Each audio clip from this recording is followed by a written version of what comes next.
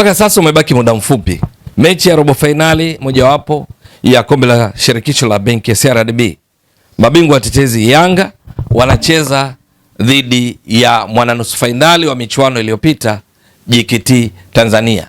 Ni mechi ambayo inatarajiwa kuwa na ushindani mkali kutokana na kule kwamba JKT wako vizuri, Yanga wako vizuri. Lakini kwa kuangalia kile kilichotokea katika mzunguko wa kwanza wa ligi kuu Tanzania bara msimu huu 2025-26, Yanga walishinda kwa mabao 5-0. Kwa sababu hiyo, JKT Tanzania chini ya kocha Hamad Ali ina kazi ya kufanya kuhakikisha kwamba inapata matokeo mazuri dhidi ya Yanga, kwa sababu ni miezi miwili tu iliyopita wakati walipofungwa mabao 5-0.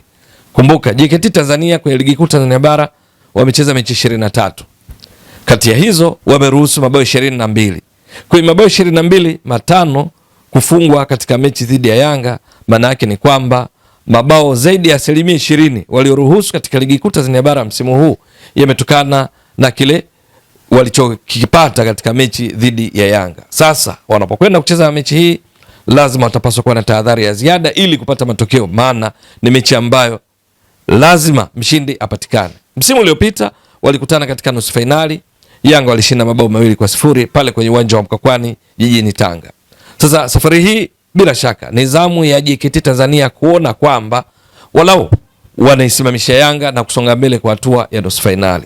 Lakini Yanga ambao ni mabingwa watetezi wa ligi kuu Tanzania bara, kipimo chao kwenye michuano ya kombe la shirikisho la benki ya CRDB ni fainali na tena kutoa ubingwa, kwa sababu misimu 4 mfululizo wamefanya hivyo kwa kufika fainali na kulitoa mfululizo mara 4. Na wakiangalia kwenye ligi kuu Tanzania bara, wao ndo wanaongoza ligi hivi sasa kwa pointi 54.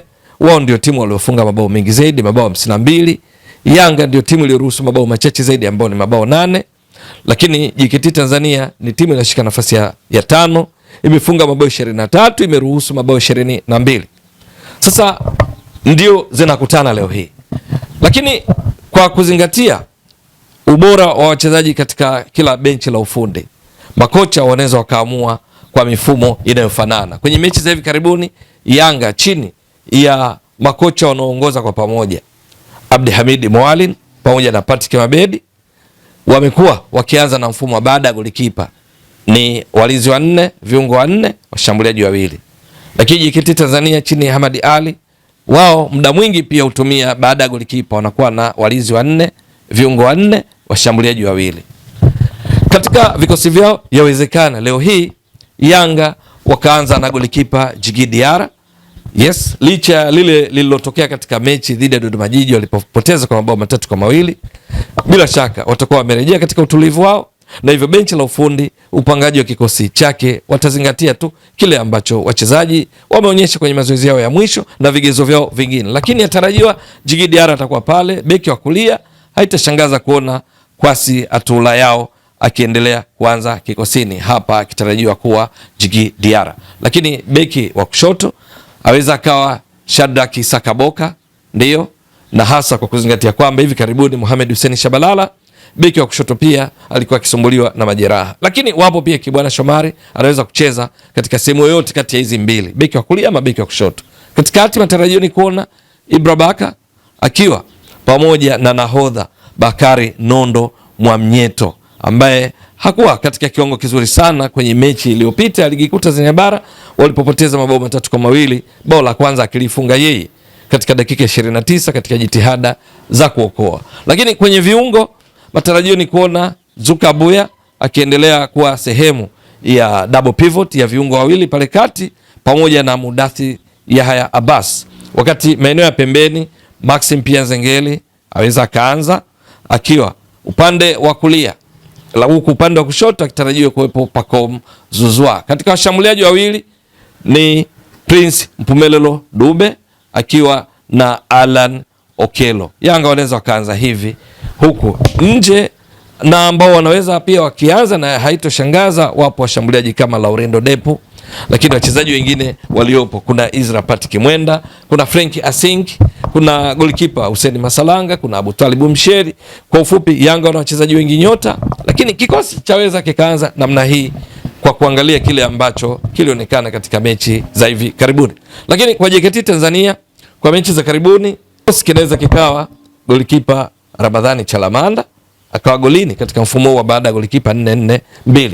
Beki wa kulia anaweza akaanza Salum Hamis Biado. Halafu beki wa kushoto David Bryson. Yes. Mabeki wa kati matarajio ni kuona Pasco Musa Manyama akiwa miongoni mwa mabeki wa kati. Halafu acheze na Wahabi. Yes, Wahabi. Halafu kwenye viungo wanne matarajio ni kuona Sospita Bajana akiwa na Nasoro Maulid. Yes. Katika double pivot wanaotokea pembeni Saleh Karabaka, mchezaji ambaye ndiye anaongoza kwa mabao ndani ya JKT Tanzania akiwa na mabao 8 katika ligi kuu Tanzania bara, akiwa na mchezaji aliyekuwa kwenye kiwango kizuri hivi sasa Mudibeka. Yes. Halafu washambuliaji wawili hapa ni juu ya mwalimu Ahmad Ali kuona atawaanzisha washambuliaji gani leo hii, maana anao wa kutosha, lakini matarajio anaweza akawa Edward Songo pamoja na Hassan Kapalata, lakini vile vile anao uwezo pia akamwanzisha Hassan Kapalata na Peter Kasunda, lakini anaye pia Valentino Mashaka. Kwenye maeneo mengine nyota alio nao wapo akina Ali Msengi. Wanaotokea pembeni Saleh Karabaka, mchezaji ambaye ndiye anaongoza kwa mabao ndani ya JKT Tanzania akiwa na mabao 8 katika ligi kuu Tanzania bara, akiwa na mchezaji aliyekuwa kwenye kiwango kizuri hivi sasa Mudibeka. Yes.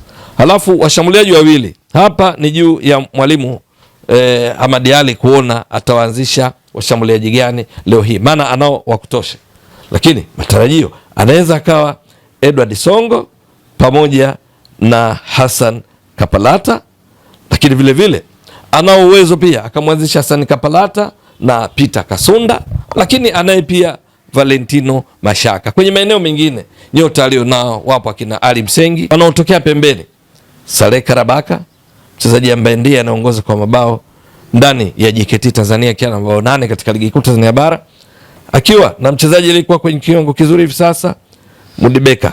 Yes.